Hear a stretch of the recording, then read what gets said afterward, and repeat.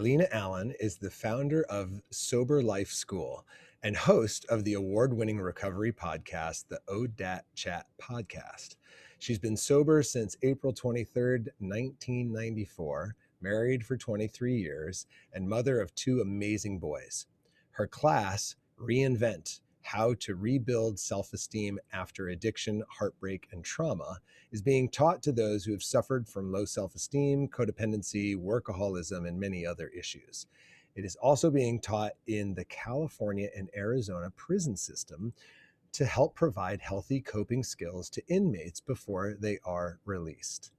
Arlina, welcome to the summit. Hey, Tim, thank you so much for having me. It's my pleasure. It's great for us to hang out. I enjoy our hangouts. So everyone gets to be kind of a fly on the wall right now while we hang out together. And I got to start out, of course, with what was your first concert? It's so funny. I know you were asking everybody that, and I'm not sure I remember my first concert because of maybe the haze Hey. of my drug addiction. But I did go to Day on the Green. That was one of my first big concerts. What And is that that? had remember Loverboy and Foreigner, Def Man, Leppard. Oh my gosh, it was wow. amazing. Yeah. Awesome rock. Yeah, it was so Rock. fun. Yeah, That's that my was in Oakland. Remember the Cow Palace? I not being from NorCal, that I didn't know about the Day on the Green. So was it like a Yeah, summer festival? yeah, it was a summer festival. It was like the first time Bill Graham Presents used Oh to put yeah. on I'm these big familiar with Bill Graham. concerts. Okay. Yeah, so Cool. super fun. Right on. All right. Well, what are we chatting about today?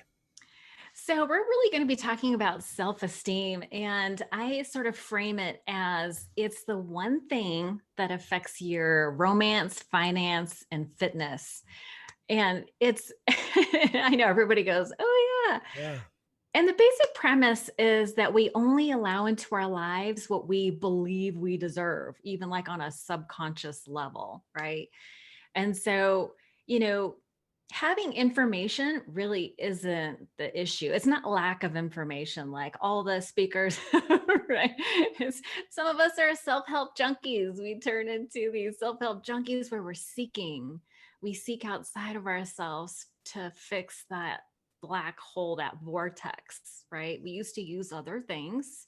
And now that we no longer do that in, recovery, we need really a new way to sort of fill that void. And so sometimes seeking the answer becomes like this pursuit that really never has an arrival period, right?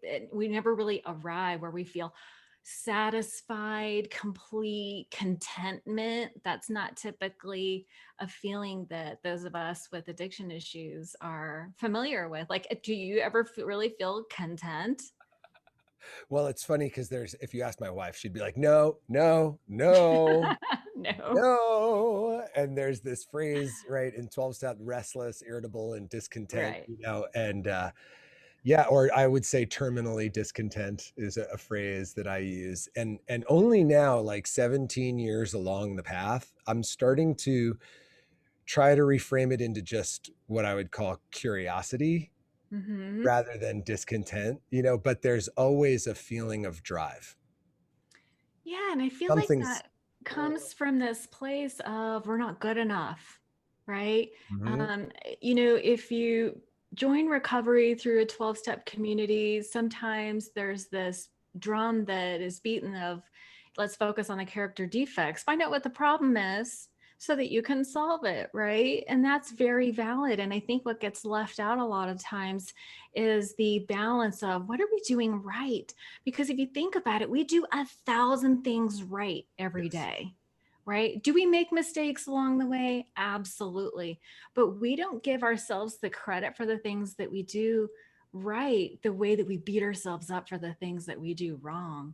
So in my mind, self-esteem is so important because it's the gatekeeper of what we allow into our lives. You're going to Mm. hear lots of solutions. Man, the speakers that you have had today are just so amazing, and I think it was Zappy who talked about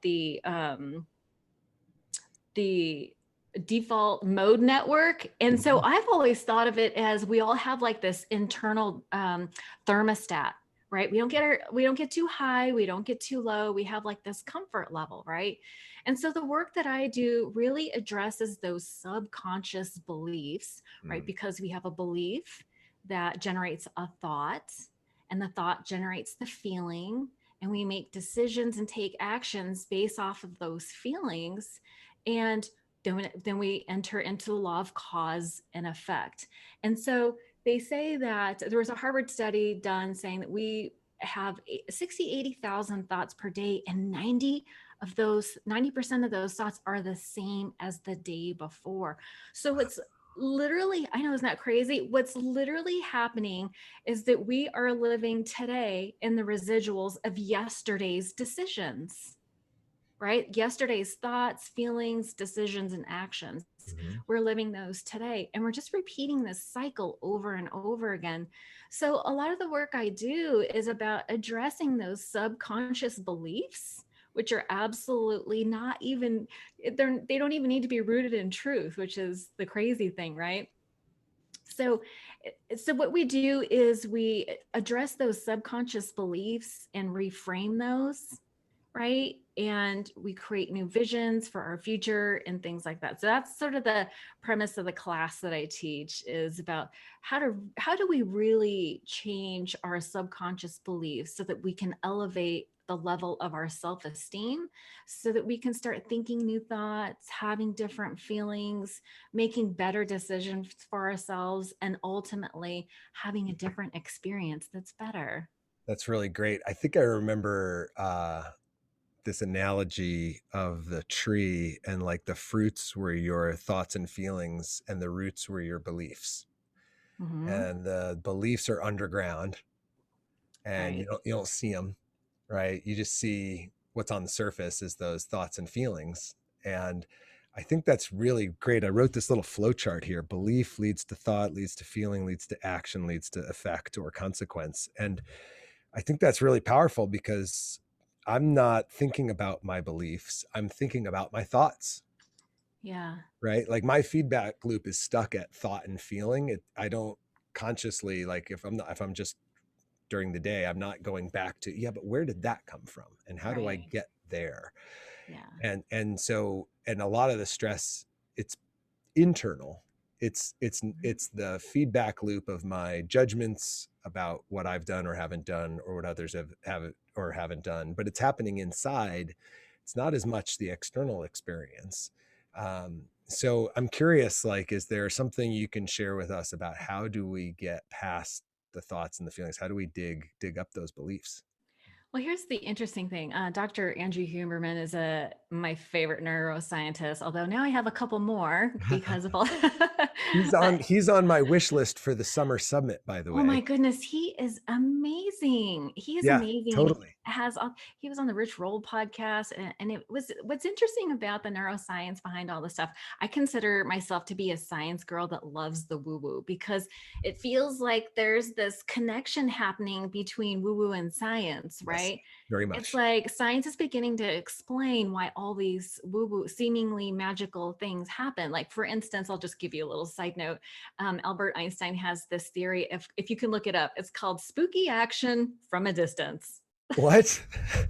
Spooky action from a distance, by Albert Einstein. And what he's really talking about is the quantum physics principle of entanglement. Hmm. And we have all had the experience of entanglement. Have you ever like thought about somebody repetitively, and then all of a sudden they call you, or you get an email, or you were thinking about something and then all of a sudden something related happened? You're like, whoa, that is so weird. Maybe It I'm just psychic, happened. It just right? happened with Andrew Huberman, because I just wrote his name down yesterday. I didn't know who he was from Adam before yesterday. From Adam. Was that a little science I pun? didn't even think about that. That's good. Very good. Well You're done. so funny. That's what I love talking about you. We always have a good laugh because, and listen, a lot of this stuff is fascinating. A lot of it is heavy, and And it's it's so heavy. important to Yes. bring in some Yes. levity, right? Yes. So Yes. I always appreciate your levity. But Likewise. Yeah, so this whole process that I'm talking about is applying the information that we have into our lives. It's about Mhm. the application, it's about the practice. And when we talk about self esteem, you asked me in your question, how do we change our. Well, here's, this is why I brought up Dr. Andrew Huberman. Wow, that was a long way to make a point. Sorry about that. It's all right. I'm the one who Um, derailed you. It's all good. no. So, I mean, I love talking about this stuff. You're gonna have to keep your eye I on the have the timer time. going. I Do do. you? It's Okay, okay. good. Yeah. Yeah, I could talk about this stuff forever. It's fascinating, but even Dr. Andrew Huberman talked about how we are not going to be able to control the thoughts that come up, but we can choose how we respond to them, right? And so, a lot of the work I do is around not judging that. We call it like the inner mean girl. Remember that Mhm, Mean Girl mhm, movie mhm, back in mhm. the I don't know when that, in the 90s or something. Those thoughts are going to come up, but did you know that that voice is trying to protect you? Mm. Right? It's trying to keep you safe. And that's where a lot of these subconscious survival skills come from. It's like the thoughts and ideas that kept us safe and helped us to survive as children, they don't translate into adulthood, because adulthood is about taking responsibility and growing and being the director of your life. Mm. But the brain is really a tool that is meant to, it conserves energy. It's really an efficient tool. And so this whole thing about rewiring your brain, I love that idea. Mhm. It's really about attacking, maybe not attacking, but really working with those subconscious. I know you smile, right? It's like we have to get away from this the idea that we're at war with ourselves, Yes. right? Yes. And we need Yes. relief. And the relief comes from acknowledging, oh, there are mechanisms that I've developed that keep me safe. And so that's your brain's job. It's to think and it's to keep you safe. But we have a higher consciousness that we can utilize to really change the direction of our lives. And that's what I have seen in my own life through the multitude of teachers that I've had over the years and applying this. And I love how we do these things together. Like a lot of the work I do is in groups, because they say that addiction is a disease of isolation and connection is the cure, Yes. right? And it's so interesting that we're talking about neuroscience and connections. The connections happen in our brain and in our bodies and with each other. You have Mhm, people coming on like Jesse Harlow who talks about that heart connection. mhm. And I know when someone speaks from their heart, it translates all boundaries, all socioeconomic. It's like we are all more alike than we are different, right? And it's so interesting that when we do, like in the self-esteem classes that I have, Mhm, it's so interesting how a woman shares her fears and her doubts about herself, and mhm. other women see her beauty, they see her goodness, they see her intentions, and all she Mhm. sees are her faults. We can see it. We can see the goodness so much easier in each other than we can ourselves. But in a group, we all start to witness it and we all have Yes. that heart connection. And it really helps to change that level of self-esteem so that we can raise higher. It's so important what you're saying, because if we could only see ourselves as others see us and Hmm. not as we see ourselves. I was in a coaching group, and what the facilitator would do with someone who wanted some breakthrough coaching is the person would come up to the front with the facilitator, and the facilitator would say to the group, "What do you appreciate about this person?" And people would share right away. And then the facilitator asked, "What would you like to see more of from this person?"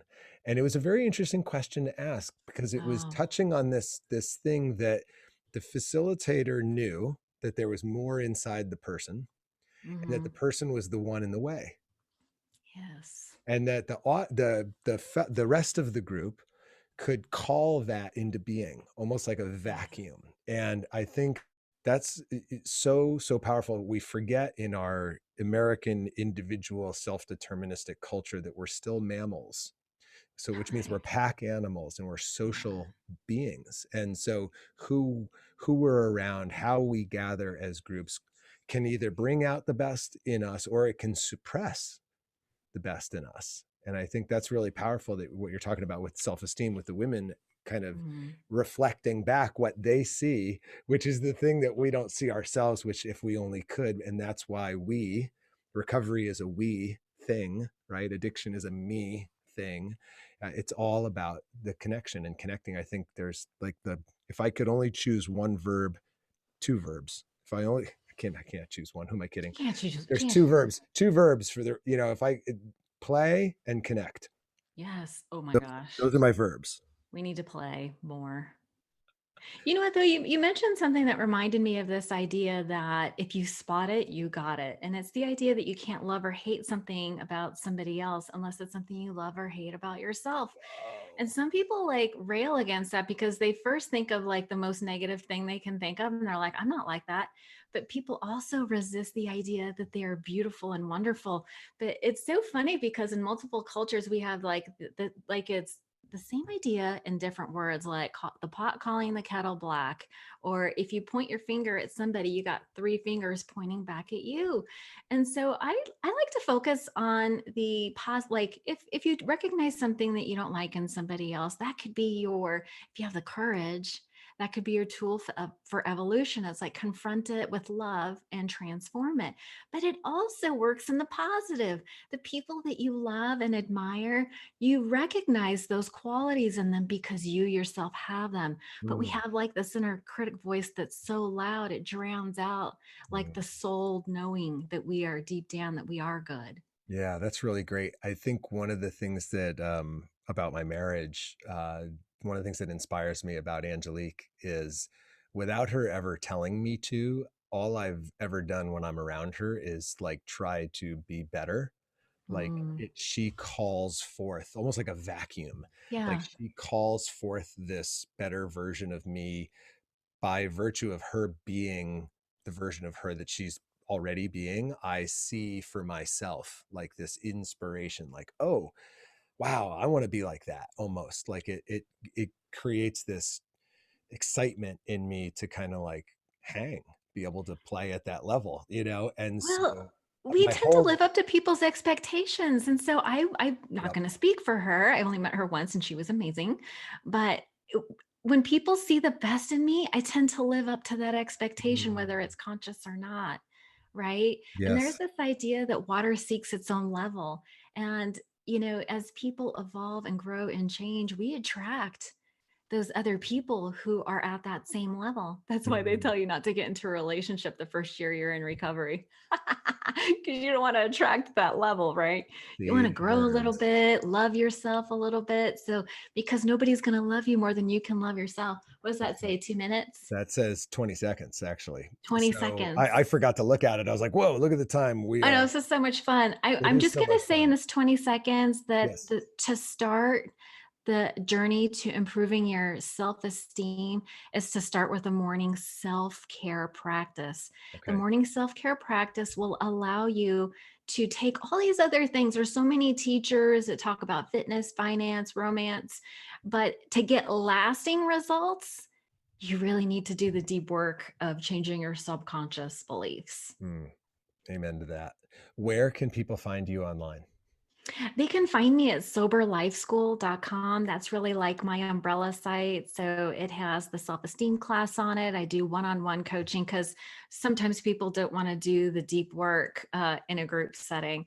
Yeah. But people can book a call with me for a free strategy session and we'll get you going. Awesome. And I think you donated like an entire course to the VIP summit. I did. Yeah. That was super generous and super, super, that was just amazing. Thank you.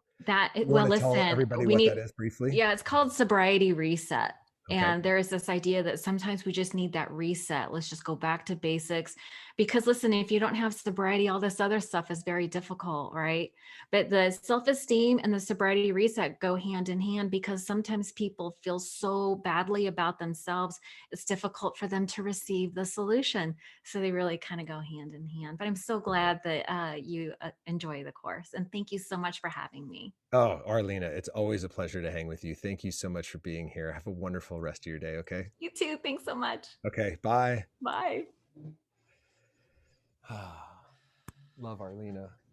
So, Just a wonderful, beautiful, just quick point here. The beautiful feminine energy of Arlina. Had three amazing men on this morning, and originally Zappy, a colleague of his, Megan Kenny, was going to be our second speaker, and she couldn't make it, and she recommended a friend of hers, Zappy, and so throughout the flow of the summit, I try to blend those two different energies of our speakers.